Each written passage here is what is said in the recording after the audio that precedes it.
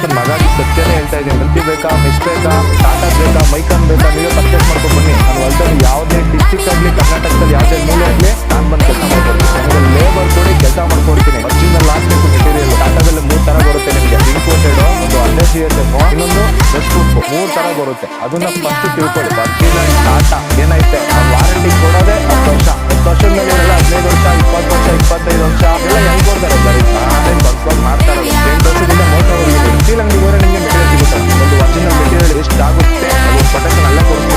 ₹100 ಕಮ್ಮಿ ಮಾಡ್ತಾ ಇದ್ದೀನಿ ಅಂತಂದ್ರೆ ಐಟಮ್ 100ಕ್ಕೆ 70% ಬ್ರಾಂಡೆಡ್ ಕಮ್ಮಿ ಆಗುತ್ತೆ. ನನಗೆ ಕೆಲಸ ಕೊಡಿ ಅಂತ ಹೇಳಲ್ಲ. ಒಂದು 4-5 ಕಡೆ ವಿಚಾರಿಸಿ, ಫಸ್ಟ್ ಅಂಗಡಿಗಳು ವಿಚಾರಿಸಿ, 2-3 ಪ್ರೊಟೆಕ್ಷನ್ ಹಾಕ್ಸಿ, ಒಳ್ಳೆ ಟಾಟಾ ಮೆಟೀರಿಯಲ್ ಹುಡುಕಿ.